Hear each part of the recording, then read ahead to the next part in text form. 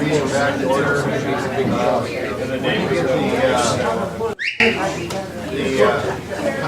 think if you pull the microphone towards you more, it should amplify. we didn't get the county advisory board roll call, so let's do the county advisory roll call over again. Ken Wellington, Elko County. Gil Yoder, Carson City. Paul Dixon, Clark County. Rick Smith, Washoe County. Bill Miller, White Plains County. Jim Jenny, Lyon County. Bill Meyer, Lyon County. Chris Torres, Eureka County. Chad Bliss, Eureka County. Did you get that? Yes, thank you. Okay. And I went on the next order of business. You got everything besides that. Was the election of officers. And you got, is it working? Actually, it was not recording during that agenda item. And Joe lost sound too, because both of our sound is going through the same mixer. So So you we did not get that audio, Okay, so you want to start like a over? repeat. Okay, at this point, I made a point of order with regard to the issue of the agenda. Let me just lay the facts out, and then I'm going to go to my questions. I won't go into as much detail. The rest of you have heard that, so we don't necessarily need it for the record. The facts is that after the two weeks before this commission meeting, the 2-week period before the commission meeting had run, we received our packet of information, which had the agenda item for the election of officers as item, I believe, number 8, the last item for today's meeting, today's portion of the overall commission meeting. Chairman then amended the agenda well before the 3-day period, so that's not the issue, but he amended the agenda to move that item, the election of officers, to agenda item number 1. My question was Commission Policy number 1, Section 3, states that the agenda is final 2 weeks prior to the meeting. And if that's the case, how can we change the order of the agenda? And this is Brian Stockton, Senior Deputy Attorney General. And I'll just repeat my answer is that under the open meeting law, which takes precedence over the Wildlife Commission rules, the agenda is the one that's published and has to be published at least 3 days prior to the meeting. And so the last published agenda becomes the public notice. And so that's the agenda we have to go with. Mr. Chairman, I call for orders of the day. We need to adhere to the agenda as stated. The point of order has shown no infraction of the rules or improper form in speaking. Point taken. We're going to have the election of officers now, and I'm Tom Smith. I'm a member No, of the no. College for Nevada's Wildlife. I'm sorry, I you're out of order. strenuously object You're to out of Chairman order. Lance You're out of order. manipulation of the agenda in order to I'll have you stymie thrown out if you keep talking.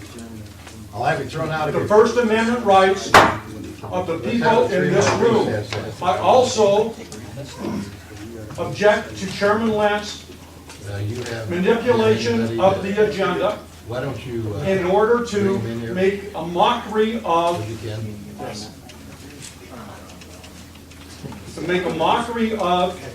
the open meeting law. I also strenuously object to him continuing as chairman of this committee.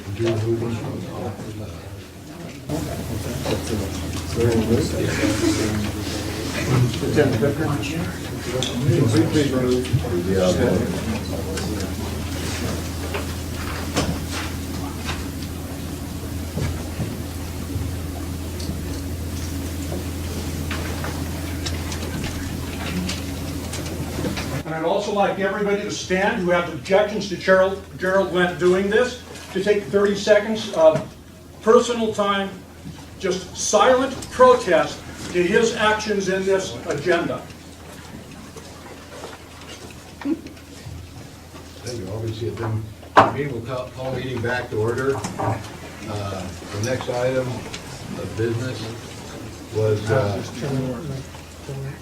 I'd like to make a motion to set aside the order of the day, and to make a motion that we postpone agenda item number 1 until after, I think it's item number 4 or 5, basically after the cab comment and the public comment.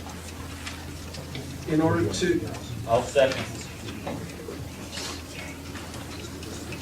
In order to deviate from the orders today, Mr. Chairman, you must suspend the rules first. Would you like to suspend the rules?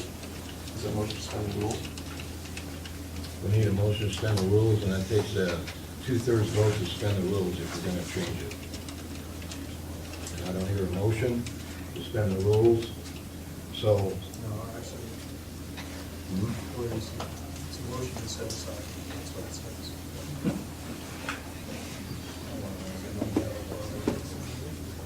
It takes 2/3.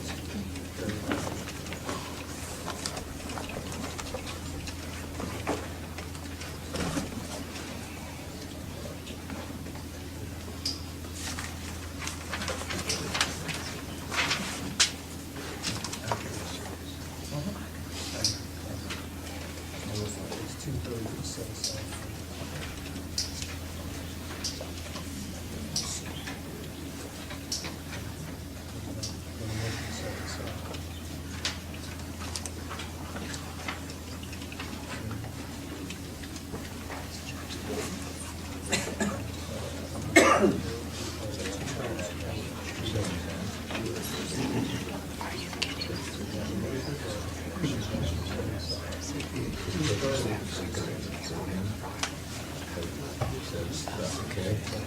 Okay, I'm glad I have we have a motion to set aside the orders of the day. It's gonna require a 2/3 vote. We have a second. Does everybody know what you're voting for? If so, I'll call for the question to set aside the order of the day. All, Yes vote, changing the agenda. a yes vote changes the agenda, a no vote keeps the agenda. Sorry, I should put this on the record. Okay, under the rules, a yes vote will set aside the orders of the day and allow the motion that I believe Commissioner Macbeth was about to make. That motion hasn't been made. So if you vote yes, that will, if over 2/3 vote yes, then he'll be able to make his motion. If less than 2/3 vote yes, then you'll go on with the agenda as published. So yes vote changes the agenda. No, yes vote allows the agenda to be changed. Right. Okay, one more time. A yes vote would allow the agenda to be changed. Now, the open meeting law requires us to stick pretty close to the agenda. Because changing the agenda can be seen as violating the spirit of the open meeting law. You know, if you schedule something late in the day and you hold it early in the day before anybody showed up, that obviously violates the spirit of the agenda. However, where you've got a good reason and nobody's going to be prejudiced, which doesn't appear anybody will be in this case, then you can change the agenda to that degree that you need to. So a yes vote will open the door to change the agenda as long as it's over 2/3. And since we've got 2/3 would be 6 to 9, we have to have 7 votes to suspend the order of the day. We had a motion on that, and did we have a second? So we had a motion and a second, so I'll call for the vote. All for the motion, say yes. Yes. Opposed, say no. No. No. Could you raise your hands? Raise your hands So for yes. Yes? 4, that's not 2/3, right? Motion fails. So we're going to continue for the next item of business is election of officers. And nominations are open for the officers. Commissioner, I'm sorry if I don't get your last name, Cobra. Commissioner, I nominate Gerald Lynn, Chairman. We have a nomination for Gerald Lynn. No, we don't need a second. Oh, you don't use the... No. Any other nominations for election? Chairman, I'd like to make a nomination. Can I Commissioner, have discussion as well? make a nomination. I'd like to nominate Tom Cabin for chairman of the Wildlife Commission. I believe that he will do an outstanding job at this position. He has shown the disposition, the ability to work with other commissioners that don't necessarily agree with his position. He is an excellent person for this position, and I will nominate him to support him. We have nominated Tom Cavan. Any other nominations? Hearing none, I'll close the nominations and we'll call for a vote in the order the nomination remains. And the vote, all for Gerald Lent for chairman, say aye. Aye. Do you see a show of hands? And I'll vote. All opposed? Oh, no, we don't. Once somebody gets a majority, it's not a election.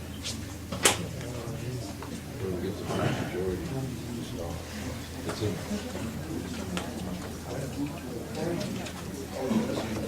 Once somebody gets a majority, the elections will have to continue. So, the chairman, I was renominated as chairman, and so now we're going to open the nominations for vice chair.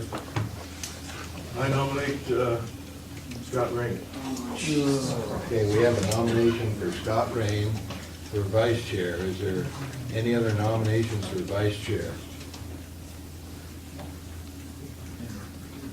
Commissioner Moore. I'll nominate Tom Cabin.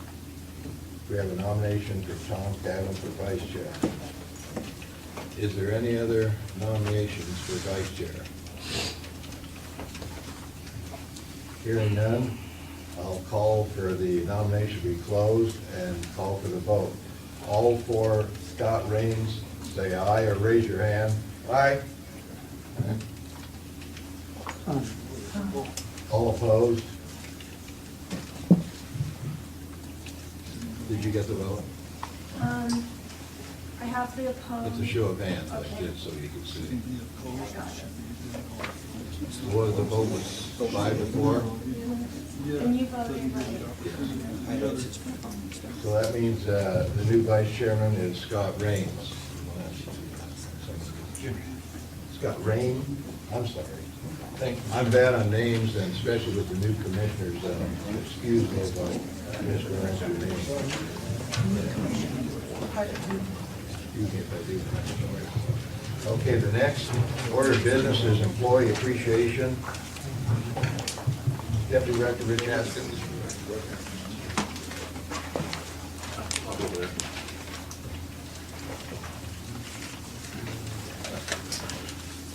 Larry, you're up.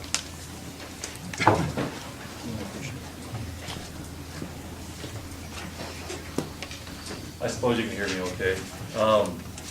It's with great pleasure that I give Larry his certificate of appreciation for 30 years of service. I've known Larry those entire 30 years plus. Larry started out on Saval Ranch, was it a deer study or sage grouse? Both deer and sage grouse study. Was there for a short period of time, went to Perch Wildlife Management Area as the area manager for a couple of years.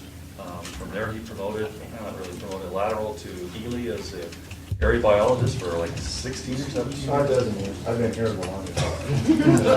He ultimately promoted to Elko as a supervising game biologist, and he's been here ever since. So I'll read this just for fun. This certificate is hereby presented to Larry T. Gilbertson for 30 years of dedicated service to the state of Nevada and the wildlife resources of the state of Nevada, January 29, 1979 to January 29, 2009.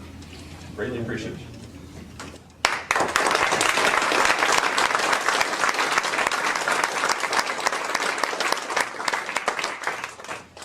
You want to say something? No. You want me to say something? Sure. There's probably a bunch of people looking around going, why doesn't that old geezer just give it up and get out of here? Spent 30 years, 6 months, and 16 days, but who's counting? I guess the answer to that is, you know, I wake up every day and I look forward to going to work. And I don't often admit this up north, but I'm a native Nevadan, but I'm from Southern Nevada. I was born in Henderson. And now I've spent more time up here than down there. I spent 26 years in Southern Nevada and 30 up here. But my dad was in construction, so I worked my way through college doing construction, and looking forward to the weekend after a week of building fences and fireplaces in 110 degrees, made me stick into college and finish this thing. And just like most sportsmen, it was a dream job. I was actually getting paid to go out and do things I really love. You know, I'd rather like skip all the paperwork, the meetings that went on and on, all the controversy. And I'd like to relate to some of you, because you're a lot of sportsmen in here, and I'd like to relate the neat things about our job that keeps us all inspired. That's really exciting. And Rich mentioned I was on the Saval project. It was a study. And one of the things I got paid for 6 weeks was to go out and hunt deer. And I had to hunt them with a dart gun. It was new back then, 30 years ago, and people didn't know. We could catch deer great in the winter. They'd come in on alfalfa easy. We could catch them easy. Summertime is different. We're trying to mark deer on summer range, so I'm out there with this dart gun, and I'm using this stuff that I read. It was called succinylcholine chloride. I remember that.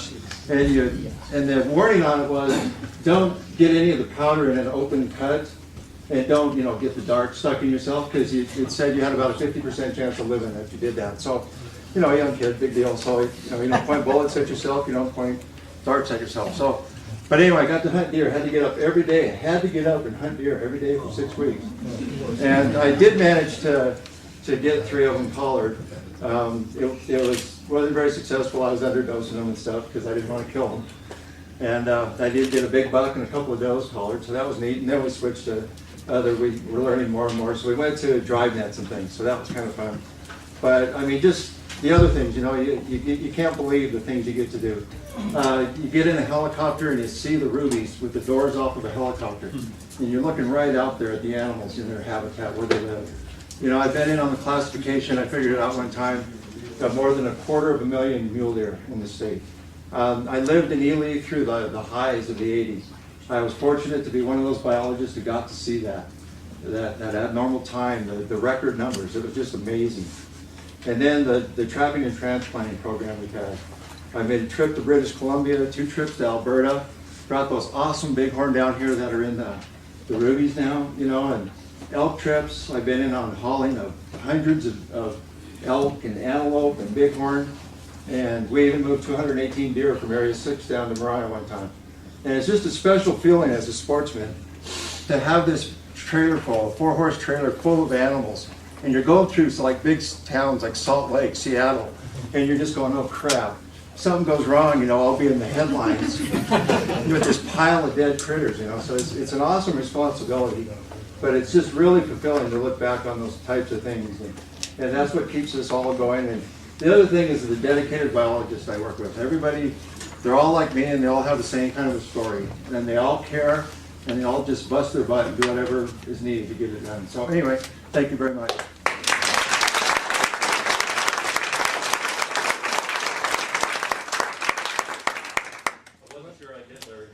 Daughter's getting married tomorrow, so. Yeah, I want to thank you for getting me out of that kind of. Thank you for being such a dedicated employee. Thank you. Next item of business, Commissioner Appreciation, Secretary Mayor. Thank you, Mr. Chairman. Commissioner Swanson wasn't able to be here today, so let's hold this till our next meeting. Hopefully in Vegas we'll have an opportunity to Put that back on the agenda for Vegas. Okay, fine. Let's do that. Next item of business is approval of the agenda. Any commissioner want to remove items or adjust their presentation?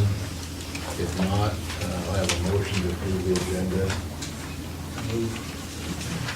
Commissioner Pearl. Do we have a second? Second. Commissioner Rainey, second. All for the motion, say aye. Aye. Motion passes. Next item on the agenda is member items and announcements, and I have 2 things. One is I'd like to Director Mayor, that we add permanent regulations on the next agenda for Las Vegas for the 48-hour and the wanton race, because they're temporary regulations, and I'd like to put them back on the agenda to make them permanent for the next meeting. And the next thing I'd like to do is I'd like to introduce our new commissioners and have them give a little background on themselves. And I'll just give all their names out and then set up one at a time, whatever word they want. But we have Bruce Coburn, we have Charlie Howell, and we have Wayne Capurro. Huh? Gerald. Oh. I'm sorry, Daryl Capurro. We'll start with you then. I'm native Nevada, fourth generation, attended Spark Schools, graduated from the University of Nevada, Reno, with a degree in business, and a commission in the United States Army. I spent a little over 2 years in the Army, one of which was in Vietnam. When I came back, I went to work for the Nevada Motor Transport Association, where I remained for 37 years. I retired, but retirement, when you've worked since you were 12 years old, doesn't work very well. So I'm purchasing a small business that I want to work on and be able to spend some time with. So that's about it, Mr. Chairman. Welcome.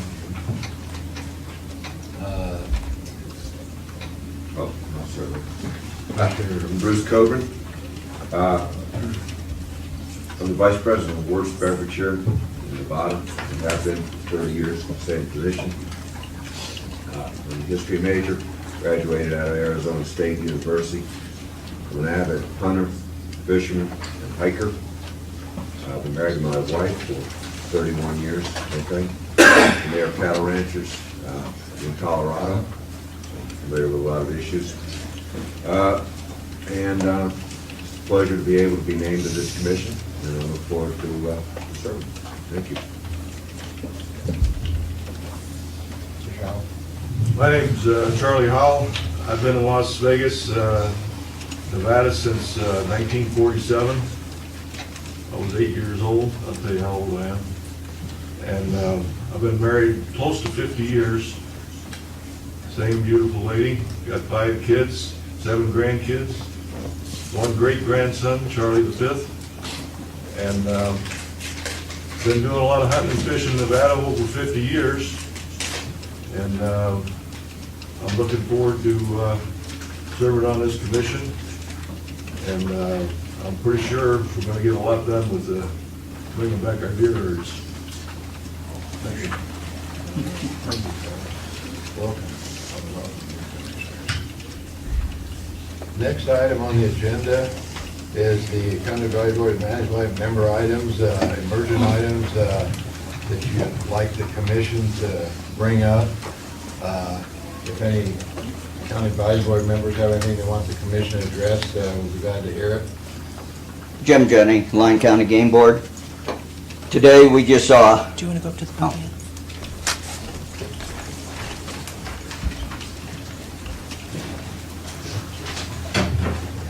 Yes. Today we just saw our government in action, and we had a display here. I would like to mention to all the new members on the game board that I do not feel that this game board, or commission I mean, is out here simply to do what they want to do. There are game boards in Nevada, 17 of us. We represent the sportsmen of Nevada, and we put out our information to you. We expect you to at least listen or say something in behalf of. Mr. Lent, you and I have been on these activities for many years. You were the one that got Mr. Mayor appointed. It was all you, and you have done nothing but fight with him since he got here. I do not see how you can sit there and do this and then run this commission. Yeah, you're gonna have to cut it off because we're not gonna have slanders, offensive, personal we're here to do wildlife and game. We are here to do wildlife, and that is what I am here to ask And the that's game what- board And that's for. what we'd like to do. Okay, I would like to ask the game board, let's set behind us what has happened and occurred previously, and let's get on and not have another year of not doing anything for wildlife. Let's get ahead and move ahead of this. And if you have any specific things, I'd be glad to, with this commission, be glad to hear that we're not doing. Please present us specific items as far as wildlife, you know. Well, number one, you know, this morning was a good display of using basically politics. You did not want to listen to the people. You know. Right? Mr. Chairman, I mean, we can't continue to listen to these personal attacks. It's not appropriate. This is not a personal attack. No, I've been here all You've got along. some valid points, you've been around like I have a long time, and we want to work with you, so if you've got any specific items as far as management of wildlife in the state, which I think all of us have, please present it to us. We're going to listen, Well, okay? that's what we would like to do, is work together and get something done in the next year. Thank you. We will.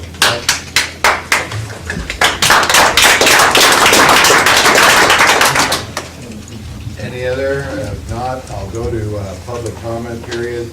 And for everyone, make sure we fill out a card if you wish to speak, and it's limited to 3 minutes per individual. Yeah, I've got some cards here. Let me go down the cards and we'll see who we have here. We have, let me see if we get the people that had public comment written on there. We had Gil Yannick for various. Was this one of your points here? Okay. Well, I see we've been handed the pile of cards, and this is the order. I'd like to make a comment before I start here that we want to keep it to the issues, and we don't want to have it slanderous on any of the commission members. We don't repetitious, inflammatory, because, you know, there's some stats on there, and so let's keep it to the issues, and if you have something we can work with, or something that your board is not, you know, we're not listening to your board or something like that, something positive, let's try to keep it that way if you would. For the record, Gil Yannick, Carson City Advisory Board. I'd like to welcome all the new commissioners. We know that this is a difficult situation, and we look forward to you working together with your fellow commissioners and the county advisory boards to benefit wildlife, conservation, habitat, and the sportsmen and women of Nevada. You've been entrusted, you have a large trust placed upon you. We hope that you fulfill that trust and work diligently together with everybody to make some progress towards the things that we all want to work on, heritage programs, the different programs that the department works on, and we'll support you and work with you the best we can. Thank you. Anybody else want to talk or public comment? Commissioners, I too would like to welcome the new commissioners, Commissioner Pearl, Commissioner Howell, Commissioner Coburn. My name is Rick Smith, Washoe County Advisory Board. I'm speaking on behalf of myself here. It's very discouraging, I'm going to tell you. We as the advisory boards and we as the public work very hard to present information to you, our position and how we felt. It wasn't meant to be personal by any means. It was meant to be professional, and it was meant to address positive leadership on this commission. Chairman Lent has done many good things for Nevada. There's nobody, I think, that would ever argue that. What we ask of you is that you listen to the cabs, listen to the people, listen to the sportsmen and sportswomen, the special interest groups. We've worked very hard, all volunteers, to try and present you with information to show you how the public and the cabs and the sportsmen feel. We worked very hard trying to give you information. We feel this past year has been a very rough year for everybody. I know it is for us, and I know it has been for you guys too. But somehow we got to meet some common ground, because if we don't meet common ground, there's going to be another year like last year, and I don't think anybody wants that.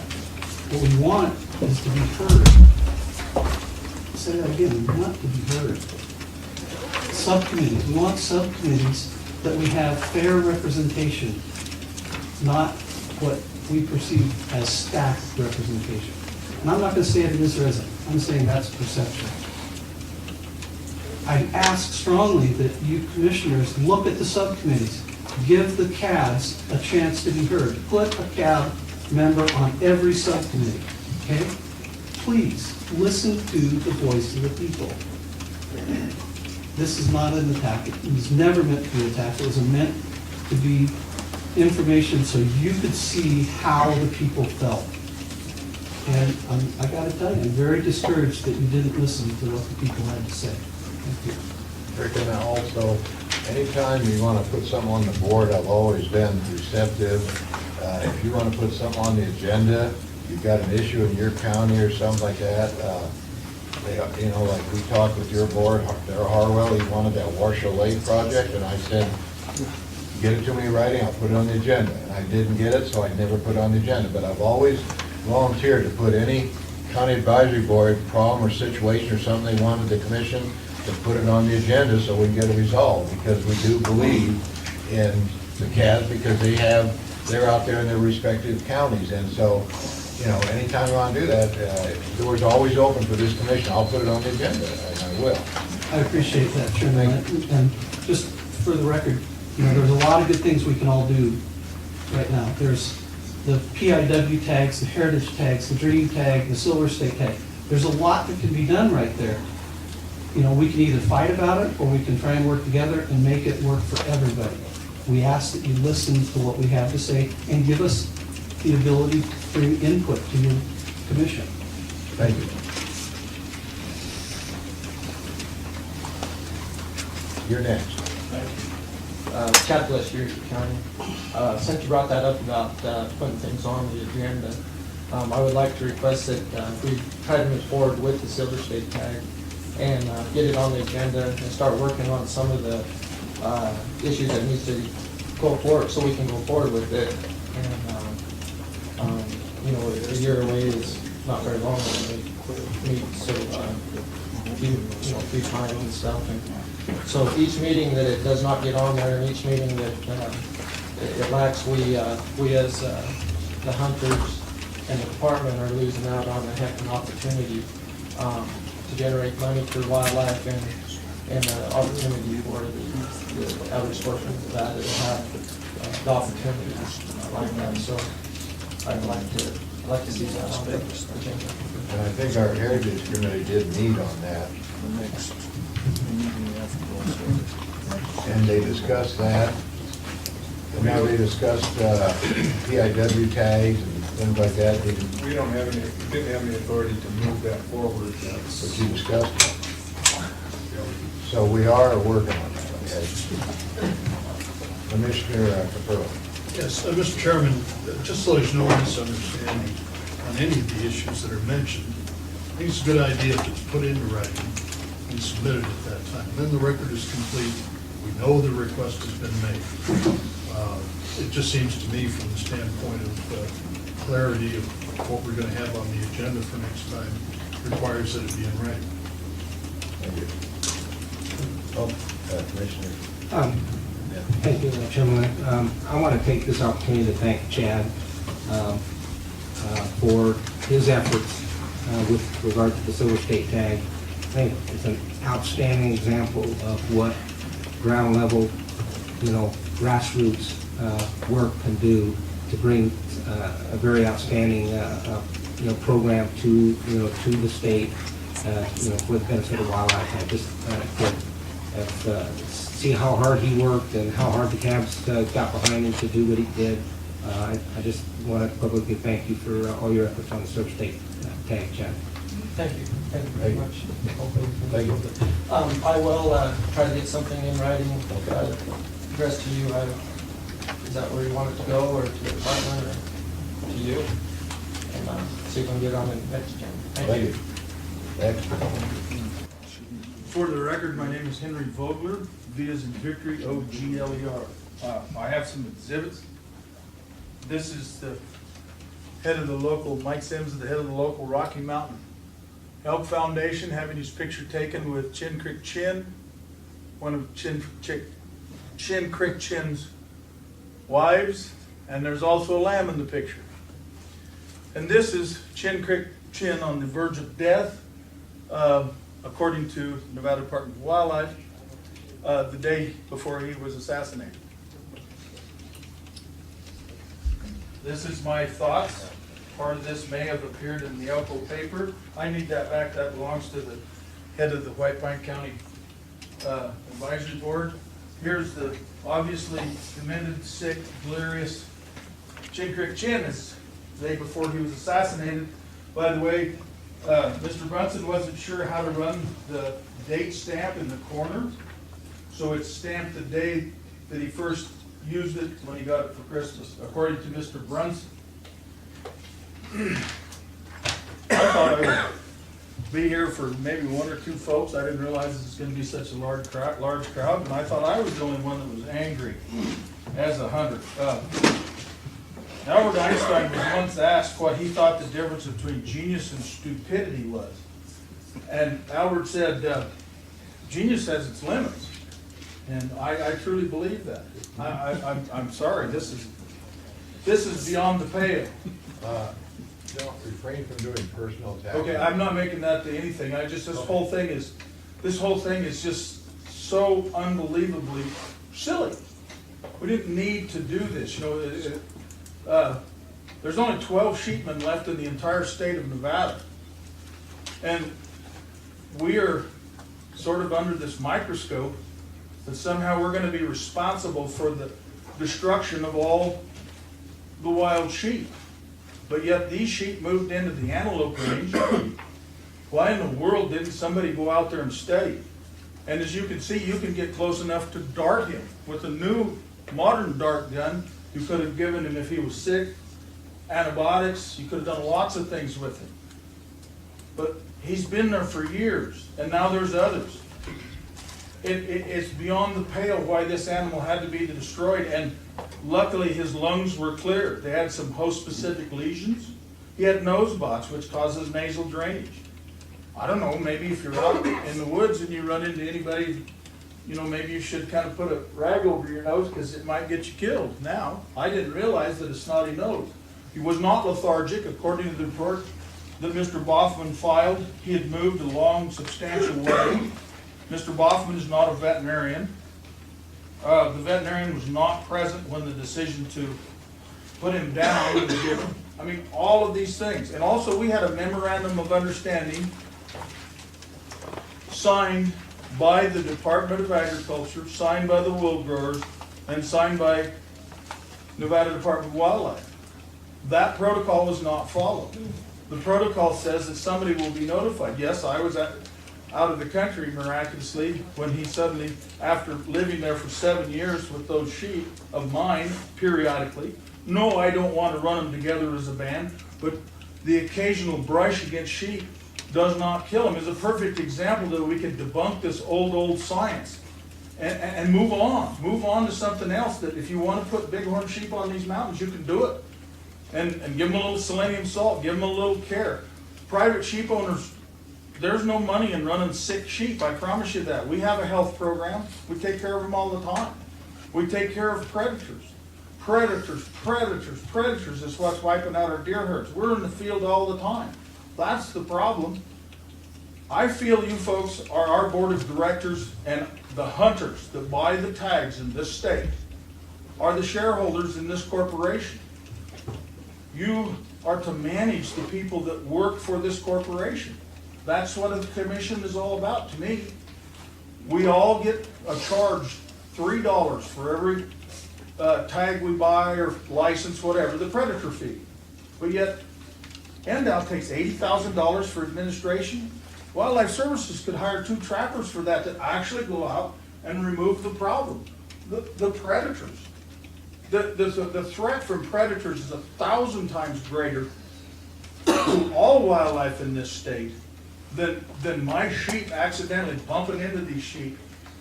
They've been there for years. Do you think we're going to cooperate anymore after that? We don't want to cooperate. We don't want to get the rest of them killed, my God. There's other bunches all over that place. And they're miles and miles and miles from any other group. And yet they could have maybe been a test case that all this old science, all this pseudoscience, all this cottage industry of making people. 15 seconds. Okay. The only thing left that I've got to say is let's do some predator control. Predator control, predator control. That's what we need to do. Let's use that money wisely, and let's get out there and do it. We don't need an argument, we need predator control. And that's, I've got a lot more to say, but. With the pictures are right there. Yeah, I'll give them. Thank you. We're in public comment, yes. For the record, Paul Dixon, Clark County Cab. I'll be speaking on my personal behalf right now. I have 2 points of order I wanted to ask the chairman and the vice chairman at this point. First off, on the comment cards, the former vice chair used to take a comment card if you wanted to address yourself and all of those things, four things, and you wrote the word all.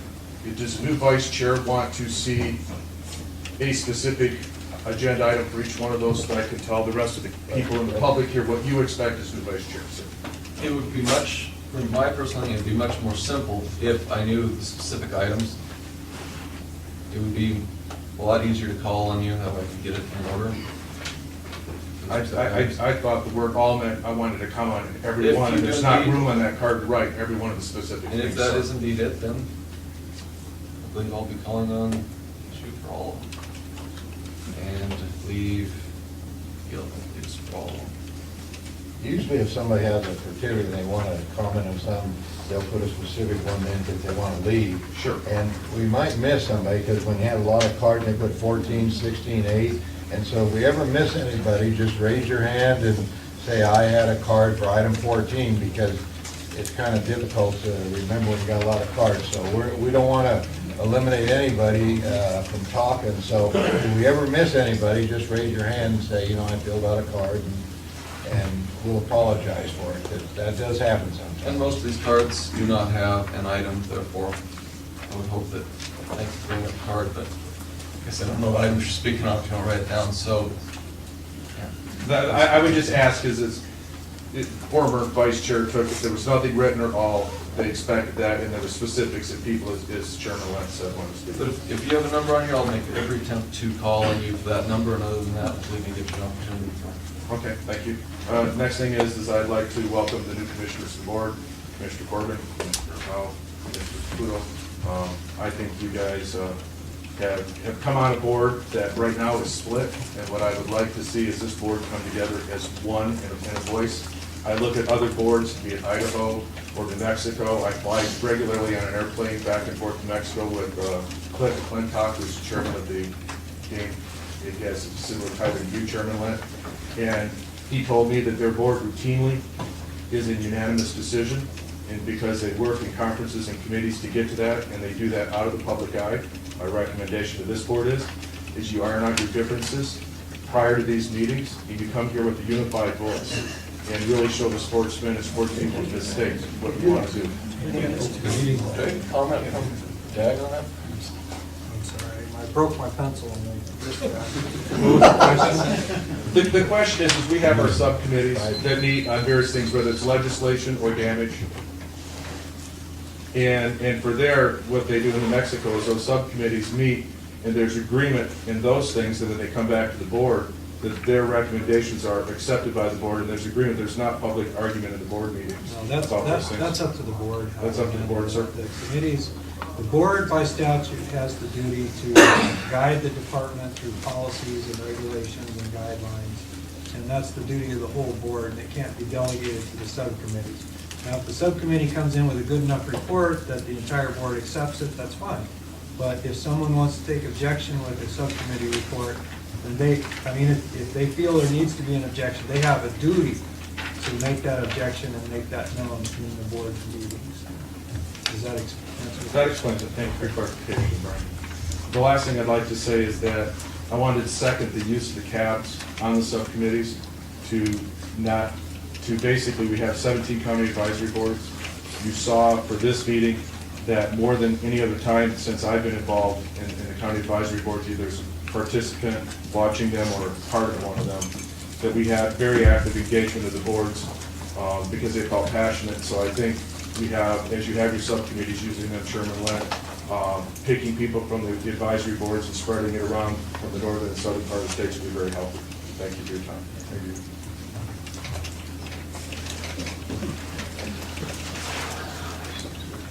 Mel Bellamy, Washoe County, also Board of Directors of Coalition for Nevada's Wildlife. Welcome to the 3 new commissioners. I want to put on the record that Mr. Tom Smith, who is our Vice President, spoke without the knowing of any other board member. I believe about 5 of us are still in the audience. No one from the Coalition for Nevada's Wildlife knew that Mr. Smith was going to have his outburst.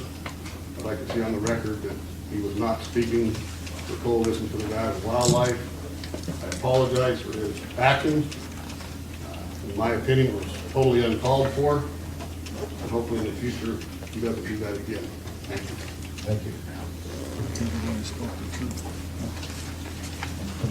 For the record, Jeremy Drew. I represent multiple groups. I'm the president of the Northern Nevada Chapter Safari Club. I'm also a board member of the Coalition for Nevada's Wildlife. I'd like to say welcome to the new members, and I also would like to make a recommendation. It seems like to me that there's some confusion in the way the commission takes public comment. My recommendation would be that the commission make a policy that any action item is allowed public comment before action is taken by the commission. That was the understanding I had when I came 300 miles from Reno today. I filled out my card to speak on item number 1, and I was not given that right to speak before the action.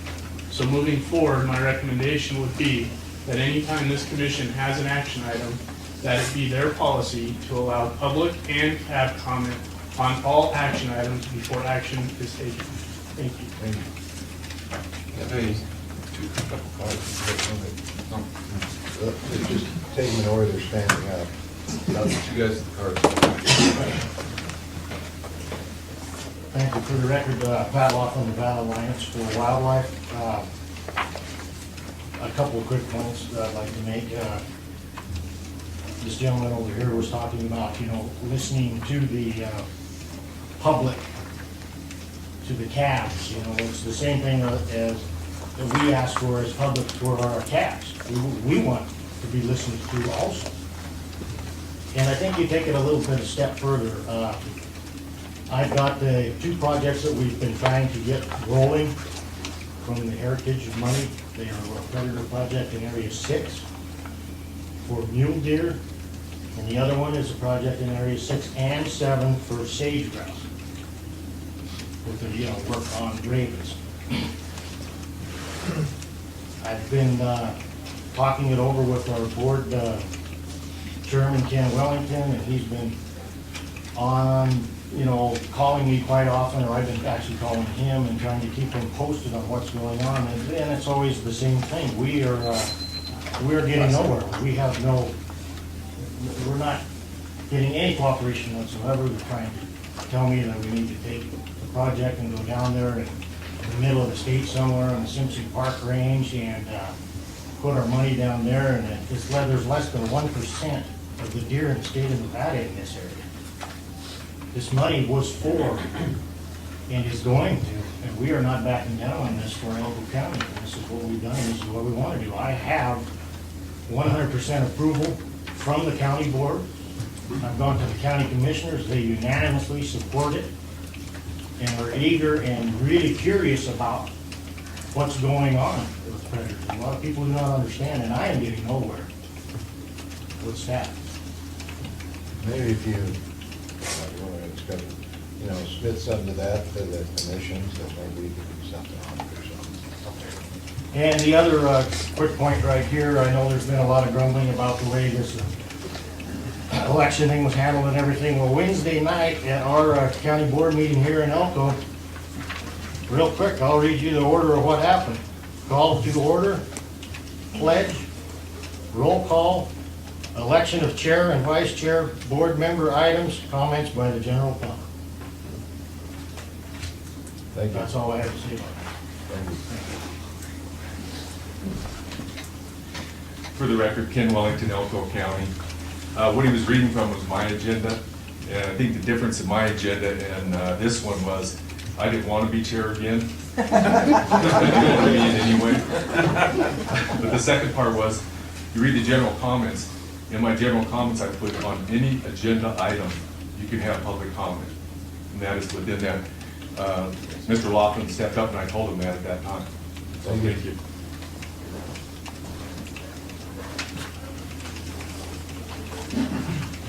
Cecil Freddy, representing Hunters Alert. For all of you who did not want Gerald Lent reappointed chairman, I really don't know where you obtained your information, but you didn't do your homework. For that reason, I'd like to issue a challenge to all of you who didn't want him as chairman. I will compare what one of you have done for sportsmen in Nevada against Mr. Lent's accomplishments. For openers, he's fought for sportsmen for over 30 years. How many years have you been involved in sportsmen's issues? When I say involved, I mean attending legislative session in Carson City for over 25 years. Is this a personal attack? You shouldn't do that. No. I've mentioned, the only name I've mentioned is yours. Okay? For the record, though, you don't need to mention specific names to make personal attacks. So the open meeting law allows public comment, but it doesn't allow personal attacks. Okay? I'm merely going to give his credentials, what he's done for sportsmen. Let's see here. He's statewide, he's attended many statewide county advisory meetings, and many other meetings for over 30 years, and many of them at his own expense. In addition, he served on the Washoe County Advisory Board for 6 years. I'm only allowed 3 minutes, and I've used quite a bit of it. I believe it's not enough time to list all of his accomplishments. He was part of a group of sportsmen responsible for the duck stamp program, which produces revenue every year for waterfowl hunters. That was way back in the 70s. Where were you at that time, and what were you doing for waterfowl hunters? The Wildlife Commission was a board of 7 with only 2 sportsmen. Now it's a board of 9 with 5 sportsmen, which make up the majority. He was responsible for the sportsman's majority. Today, 3 of you sportsmen would not be sitting here today on this Wildlife Commission if it were not for Gerald Lent. Gerald Lent discovered the big game tag draw conducted by NDOW was illegal, and he was responsible for an audit on the big game tag draw in 1989. Here's just a couple of the findings in that audit. There's virtually no control or adjustments or changes made to the draw system records. This results in a very high risk that someone could change the results of the draw. And that tag draw was finally put out for privatization, taken out of NDOW's hand. Because of these illegal acts, and that's what the audit said, he wrote the bill to privatize the big game tag drawing. Now, every sportsman that applies for a tag draw can now thank Gerald Lent for having a tag draw that isn't rigged by NDOW. In order to accomplish this, he required going to the legislative sessions. Sorry, I'm Brian Stockton, I'm the Deputy Attorney General. When you are making some offhanded accusations against the department, and that's just, it violates the open meeting law. Just stick to the accomplishments that you want. We'll stay with accomplishments. And, I'm sorry, Joe. excuse me, just so we're all clear, the department, even though it's an entity, it is still considered a person, so. Okay. Gerald Lent's responsible between 350 and 400,000 for predator control. This means there's more game birds and animals for Nevada sportsmen. As chairman, and I'm going to read this, as chairman, he worked closely with all county advisory boards. At the June 22nd Washoe County Advisory Board meeting, the minutes state that wildlife commissioners had listened to the county boards for quota recommendations. At the May meeting, he worked with Elko County Advisory Board and Washoe County Advisory Board to help NDOW biologists to put items on the agenda. He broke a tie last year in favor of Clark County Advisory Board to give hunters a later waterfowl season opening. He made a motion for recommendation to give Lincoln County a spiked bull elk hunt after the commission turned it down.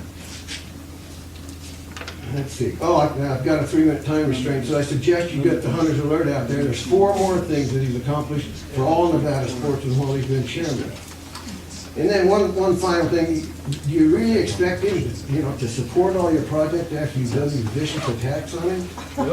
Is it accomplished? Again, Mr. Freddy, avoid talking about what other people have done, if you would please. Okay, I will conclude then.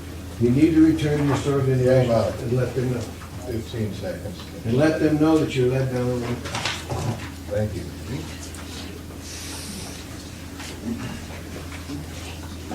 Not seeing any, I'll close public comments. That was all the comments. Not seeing any, I'll close public comment, go to the next item of business, which is approval of minutes. Has everyone had time to read the minutes? If so, are there any corrections? Not seeing any corrections, I will accept the motion to approve the minutes. Approve the minutes of the meeting of Friday, May 15th, and Saturday, May 16th. Do we have a second to the motion? Second. We have a motion by Commissioner Cavan to approve the minutes of the last meeting, May 15th and May 16th, second by Commissioner Wallace. Approved as distributed. All for the motion, say aye. Aye. Opposed? Hearing none, motion passes. Next item of business is correspondence. An information item, any correspondence any of the commissioners got, or anything they have been involved in that'd like to relate to the commission? We can do this now. Anybody, any commissioner, have any items they want to bring up? Mr. Chairman, could I read something into the record? Personal comments? Go ahead. At the November 2008 Wildlife Commission meeting, I and a lot of other old timers testified as to how great the mule deer hunting used to be in our state. Maybe I'm wrong, but it appears to me that all of these testimonies have fallen on deaf ears. Like Nevada, the concerns of Idaho hunters are not being addressed. There are many similarities to Idaho and Nevada concerning big game. Idaho lost 30 to 80% of radio-collared elk calves to predators and still blame the decline on habitat. Wolves are costing Idaho up to $24 million per year in lost revenue. My first question is, how much do we lose because of our declining deer herds? According to NDOW stats, 1988 was the peak year for mule deer. My second question is, what has NDOW biologists done for the past 20 years to rein in our declining numbers? Commissioner, now, again, if you're gonna question someone's performance under the open meeting law, they have to have 5 days written notice. So if your comments are gonna criticize some conduct, then they're inappropriate at this time. I'll have to beg your pardon. That's something I wasn't aware of. Okay. Okay. I'll table it for later. Thank you. Thank you. Any other commissioners? If not, we'll move on to the next item of business, the workshop informational. Commission General 8, CGR 364, LC file R20608, Mark Atkinson, is he? Mr. Chairman, Mark is ill, did not make the trip to Elko. I've asked Larry Gilbertson if he would briefly review what's in it and ask if there are any questions. I think it's been pretty well vetted, and Mr. Morai.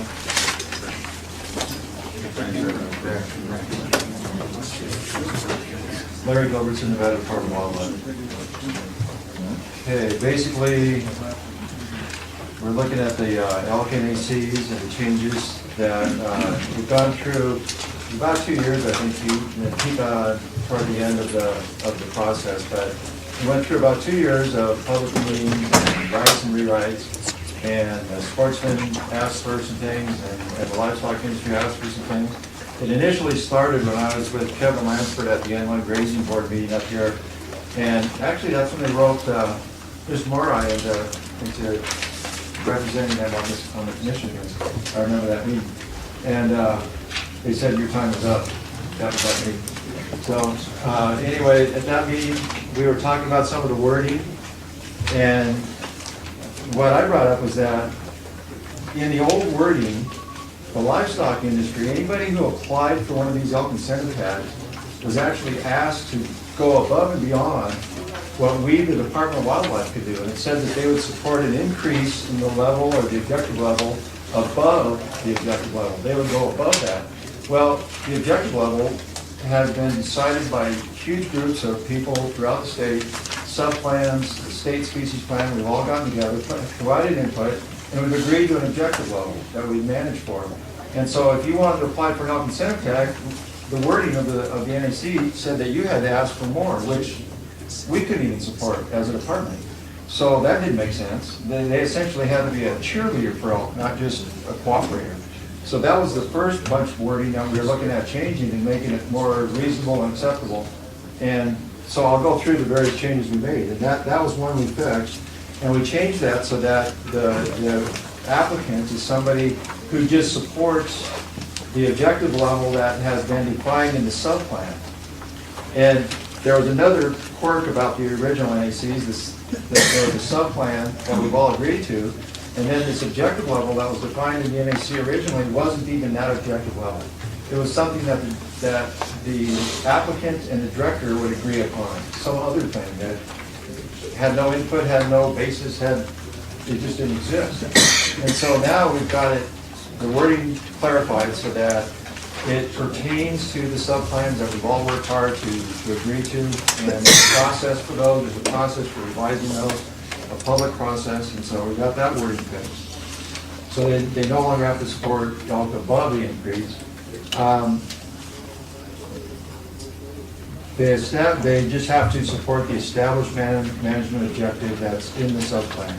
So that wording was fixed. With respect to issuance of incentive tags, language now includes private native hay meadows. In the past, the wording in the NACs talked about the elk incentive tag is for private range land. It's for elk use on private land, but it's for range land. It's elk habitat. And we wanted to keep that very separate from our depredation program, which is when elk come on alfalfa fields or agriculture. And that's a totally different program that we pay for damages and we end up fencing long-term problems and things like that. It's a different program. And the native hay meadow obviously falls in between. You irrigate it, you hay it, you collect the hay, you can graze it out, you can leave it alone, you can do whatever you want with a native hay meadow, but it fits both definitions. Both as a crop, it's a crop when they treat it like a crop. It's also can be a native habitat type. So we had to clarify some of the wording, and we do have the wording here now that says a private native hay meadow, in addition to that private rangeland, qualifies for the elk incentive tag program. We allowed it to in the past, but the wording wasn't clear. And there were people who said, well, that should be in the depredation program, and there's another NAC that says you cannot apply for both depredation or compensation money and for incentive tag on the same piece of ground. So we had to clarify this private native hay meadow, and so we've got language in there that we worked out so that we evaluate it and we decide together, which road do we want to go down with the landowner? Do they really want to go down the compensation road, or do they want to go down the incentive tag road? And then we look at the pros and cons of where this hay meadow is located. And if, for instance, if it was right next to a bunch of alfalfa fields, we as a department may not want to attract elk down on a native hay meadow right next to a bunch of alfalfa fields and end up with that problem. So we would of course try to work with the landowner and say, well, do we really want elk down here in this with your neighbors on their hay? And normally we probably wouldn't want to do that, so we would do something else, try to exclude them from that piece of ground or something. It gives us that option annually now. Okay, and then there weren't any real teeth in the program, and this is relative to the access. In the deer animal compensation tag program, there's an access provision that if your land blocks access to private land and there's no other way to get in there, if your private land blocks access to public land behind it and there's no other way to get in there, then we ask through the NACs for that program that you will provide an access through your land. Just to get through the land, not to hunt on private land, but to get through it for the guys with deer tags or whatever, to get through there and hunt on the public land. And if you, sometime during the year, one of the sportsmen does something you're not real happy with, and you lock the gate and you get mad, there's a provision that says anytime during that year, they're going to cooperative agreements are for a year, if you change your mind and locked up access and kind of had a difference of opinion there, then there's teeth in that program that allows us to not issue incentive tags to you for the next year. And we got wording in the elk one didn't have that. And so we just copied that program, and now that wording is clarified in here, the same thing happens. It's seldom been an issue with the elk incentive tag program. There's usually other ways into all the roads that are around. People have heard controversy up here about Wine Cup Gamble. They've locked a few gates, but there's like 3 to 5 other ways into the same piece of ground, and it's not stopping access. There's still access. And then the only other person we had was an individual who's not up here anymore. He sold, but he had a piece of property that was pretty well blocked off, but there was one main road through the middle of the ground, right through the middle of the property, and we kept that road open. So that's the only couple I can think of. My biologist here, I can't think of any other access type thing. So the elk problem is not a big deal, but we do have the wording now if it becomes a problem down the road. And then we had to clarify some of the wording on this hay meadow. Because the hay meadow can qualify for the damage program, we stuck the same language that's in the incentive describing how it can be used in the incentive program. We stuck that same language in the depredation part of it so that there's no misunderstanding.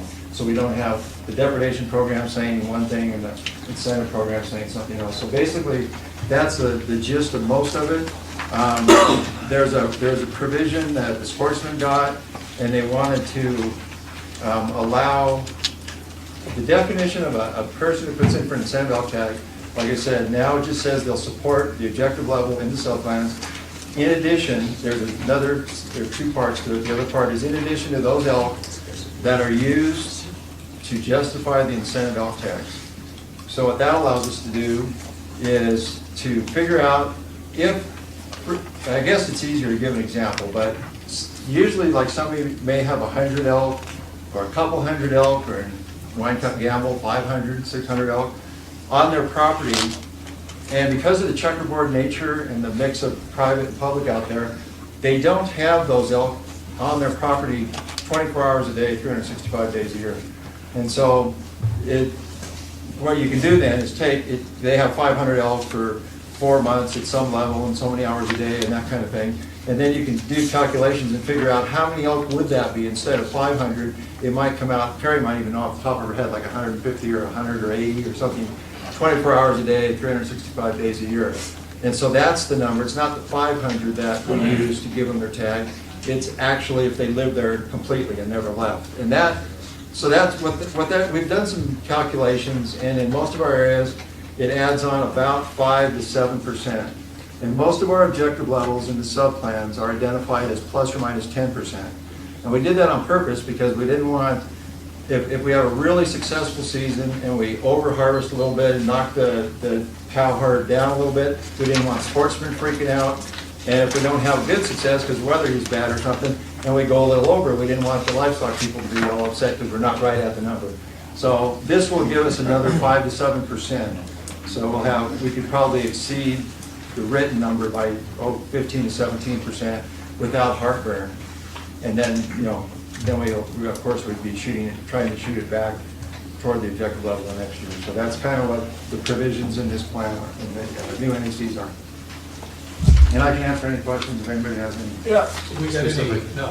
We're adding questions from the commission first before I turn back to the public. Any commissions? Go ahead, Commissioner Rainey. Thank you, Mr. Chairman. I had a couple questions, Mr. Gilbertson, and then one for perhaps a couple people in the audience might have asked them for some info on. One for Mr. Gilbertson is we're talking about native hay meadow. Is there a definition of native hay meadow in here? Well, we could. Because I'm looking at it. We could add some red tape. That's a really good question, and that's part of the controversy. We'll get into situations, all of the native hay meadows have been enhanced. Let's get real. They've all had various grasses added to them and all kinds of things over the years, trying to improve them and make them, more productive. And so, yeah, there's Kentucky bluegrass, there's grasses from back east, there's grasses from all over mixed in there. So no, we haven't gone down and exactly identified. The closest time we came to a problem was down at Geyser Ranch. And they had some big alfalfa. They turned what was kind of a native hay meadow in the old days to a hay field. And then they applied for the incentive tag program. This was at least 10 years ago. And so we went out there to look at the field, and there was about 50-50 grass and hay. And they were thinking it was turning more, there was more grass than that. But so what we asked them to do is to not farm that. Because we said, if you go out there and farm it, if you're cutting hay, if you're irrigating it, if you're fertilizing it, or replanting, that is no longer a native hay meadow. You are putting alfalfa in there, and it wouldn't qualify to be a crop. So that's what that's kind of, but yeah, we don't have an exact definition of which plants can or can't be, but it can't be an alfalfa field as a crop. A pure alfalfa field is a crop. I would just feel more comfortable with it if there was some form of a definition, because it really leaves it open to whether it is an unimproved hay meadow, and most of them are improved, if not all. So that would make me a little more comfortable, and I don't know about the rest of the commission on that one, might bring that up. And I'm gonna come up with native habitat for elk, that might be a similar definition. Question.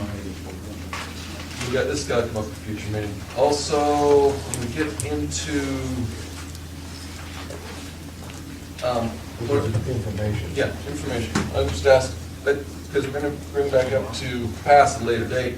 When we're talking about, for instance, in section 3, subsection 2, any elk in addition to established management objective living on the private rangeland, that would apply to me year-round as opposed to living or seasonally occurring, because my understanding is, for the most part, elk seasonally occur. So just as long as somewhere in this plan that perhaps it's in a different part I didn't see, it states they don't have to be year-round, but it can be seasonally occurring, and the formula referred to us to. Is that stated somewhere else? The formula? Yeah. Well, there's an NAC that defines the formula, and an NRS that defines the formula that we use to do the calculations. And there's almost nowhere where elk live on private land 24 hours a day, 365 days a year. That's almost nowhere. And so and this was sent back to LCB. In fact, that's been the holdup, to make sure all the legal wording was in there. And so some of the definitions and things that you read in there were actually written by LCB to make sure that they would muster in the courts and things like that. So they do the legal liaison. So there's reference somewhere to the NAC. Yeah, there's a formula that's in NRS and NAC. We can link that. That tells the formula. We have that. I don't have my NAC book with me. Coach, my other question was that we have a lot of members here from Cattlemen's Association, other people who have land, and I don't know whether at this meeting or a future meeting, when this comes up again, if they haven't had time to look at it at this point, under section 4.2, the part that talks about if a landowner applicant penalties, I'd kind of like their input on that. What do they think? Is this reasonable? Is this, will their constituents go ahead and keep utilizing our program? And that's something I'd like to, have the people that have the land look up at a future date. Or comment on something like, thank you. Thank you. I'll open up to the public. I'll open up to the public, because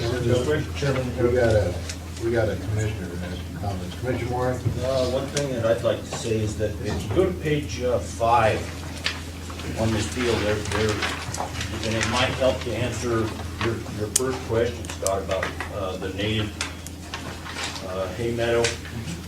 And I think the key there is this language was added to give the flexibility.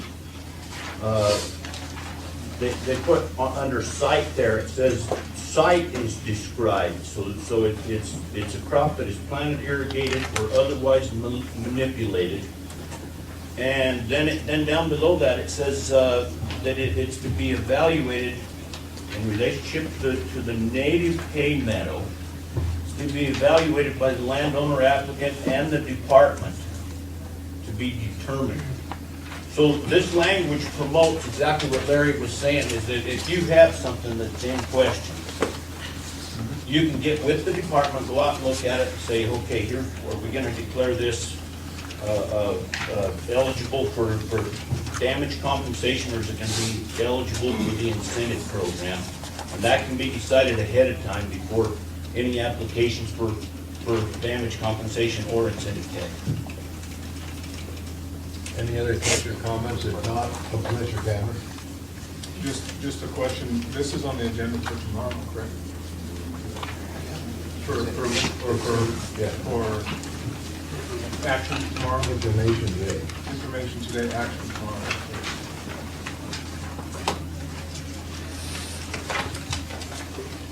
Got any comments?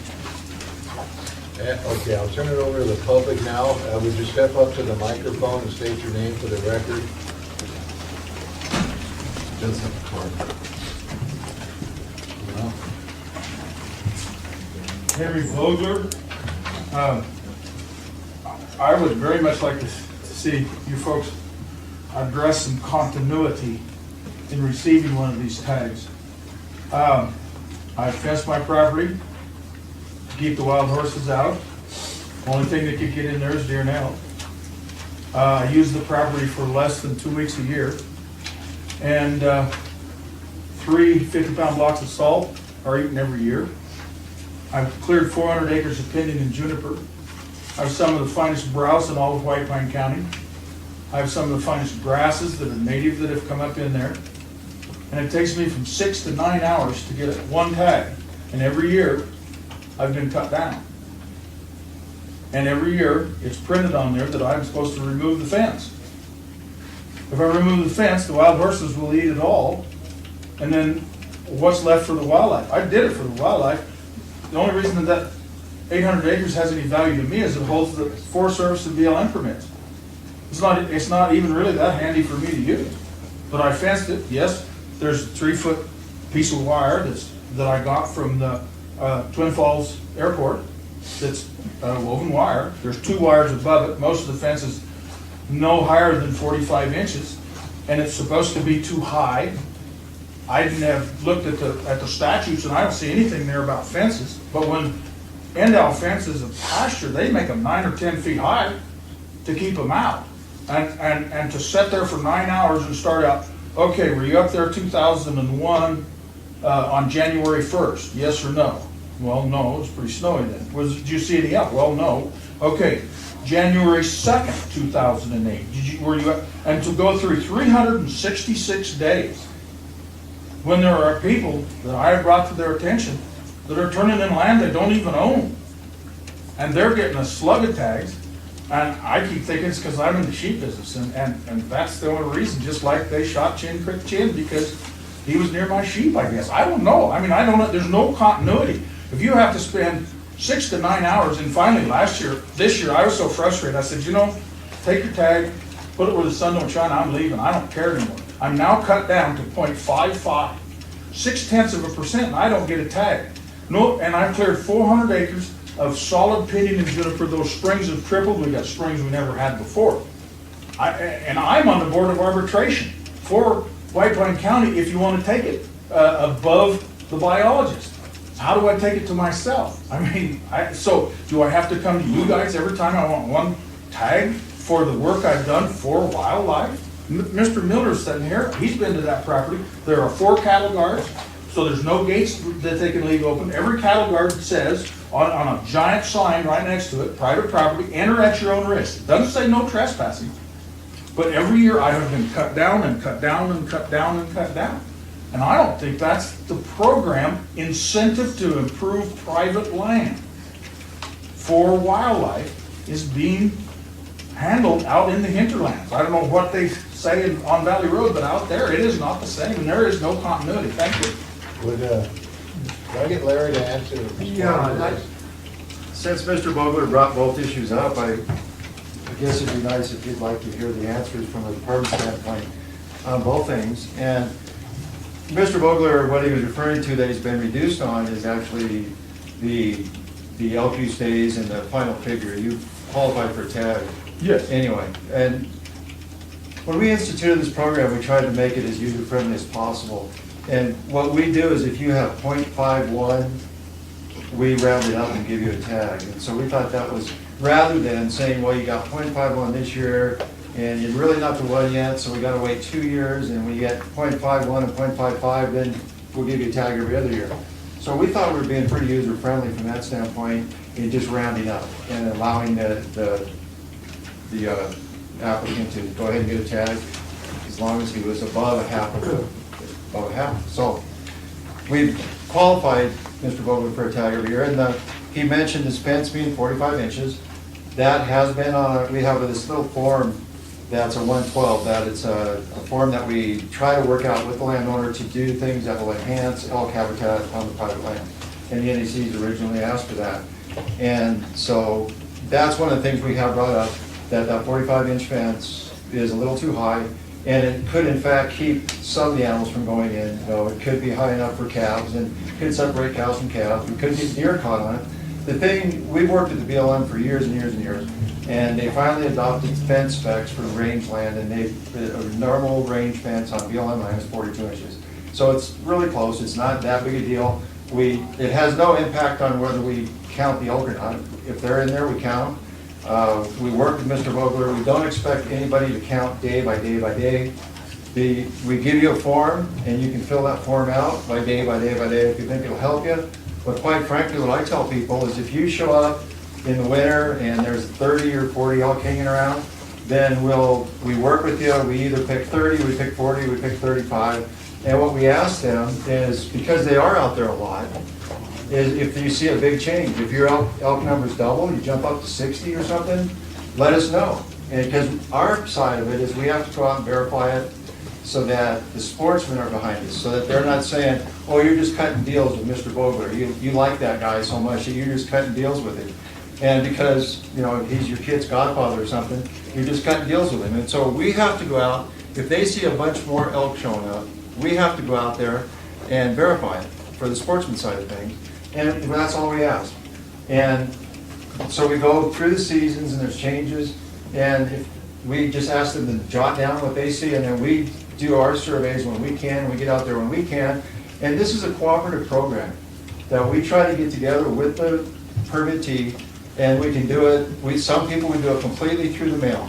We tell them what we think was out there. We figure out the number. We say you qualify for 1 or 2 or 3 tags. We send them the paperwork. We never see them. They sign it and come back. Others are more hands-on. They want to be there. They want to look at the stuff closer. We'll set up meetings, and some people we sit down with and we talk these things over. And we have worked it out with Mr. Vogler. Up to now, you're still getting a tag, but even though the use went down a little, and my understanding was that you had a crew out there removing PJ, and because they were camping out right in the area, that reduced a little bit of the use this year, but you still qualified for the tag. So the other They're issue cutting on the other end. What's that? They're not camped where they're cutting. And when we were eating lunch there the other day, because I go up and cut too, 19 elk come walking by us going to Barrel Springs. Sorry. Well, no, they're there. We're still giving you use, and you're still getting a tag. And then the other thing about the bighorn, I guess, if you'd like to hear what happened and why we did it. Well, no. Well, because he brought it up, Charlie. Well, this is not the time to do it. We don't want to talk about individual cases. This is an item. Okay, I was just going to let the public know. My comments would be, I'm glad to see, or I'd like to see the farm work with the ranchers, and, if he's got a fence 2 inches, what, 2 inches unless it's, it's on a wall or something, but I'd like to see the cooperation between everybody here, and because if they are doing something beneficial, I'm not familiar with it, but if he is doing PJ, we just spent a lot of heritage land through PJ, and if they're doing it on their own, they're really benefiting the wildlife out there, and I think the department wants to benefit the wildlife, so the cooperation between ranching and farmers, and if he's running sheep, he's got to have some because he doesn't want things to get in, and I'm glad to see you're working with them, and I think that's a smart thing to do. And thank you. Commissioner Rain, you got anything to add? No, I'd just like to get I don't know if any of the cattlemen that are here had a comment. I'd like to know what their opinions are on this before tomorrow when we start voting on these things. Most of them. It's an action item for tomorrow, information for today. Any other what you said? Probably. You're looking for a cabin? Anybody, public.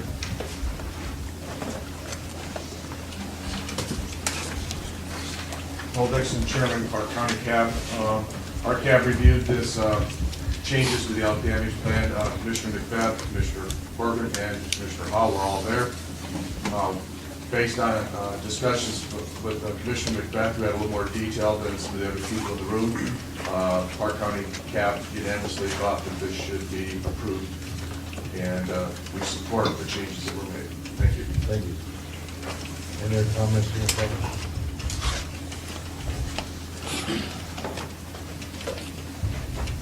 Rick Smith, Washoe County.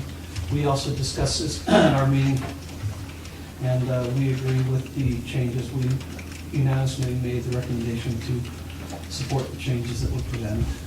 Thank you. Whoever gets up first. Run, tackle that. Bill Miller, West Line County.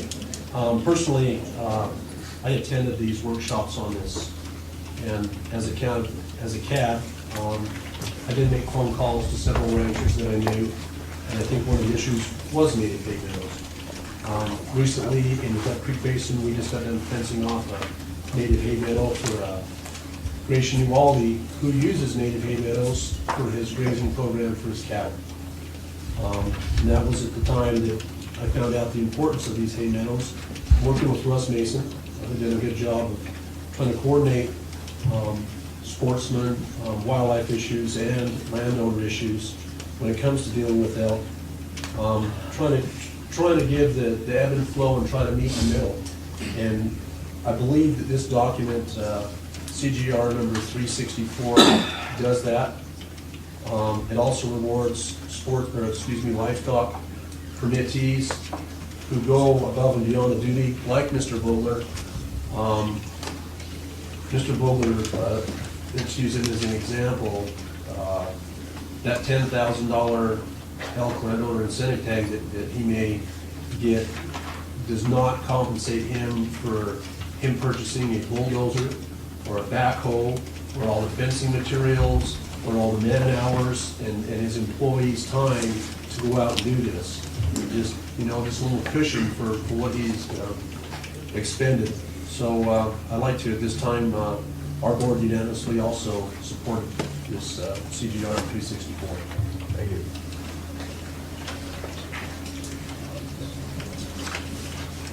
My name is Boyd Spradley. I'm a rancher. I represent myself on this comment.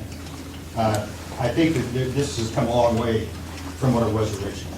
I think the discussion and change in the language so that no individual rancher, because he takes a tag, will then advocate for higher than objective levels, which you only have to have one incentive tag out there to change the dynamics in the entire hunt group and for an entire area. So that has been a major benefit, and that was one of the major sticking points with the livestock industry. One thing I would like to clarify, I thought I understood what this regulation change was going to mean, but I heard Larry say that throughout the year that people would have access across private property to reach public lands. Is that? It's only for an elk tag holder. Right, during the hunting season? During the hunting season. Okay, I misunderstood what you said. Does that mean you support this change? Yes. Thank you. Anybody else from the public that wants to comment on this regulation change? If not, I'll close the public hearing on this and go to the next.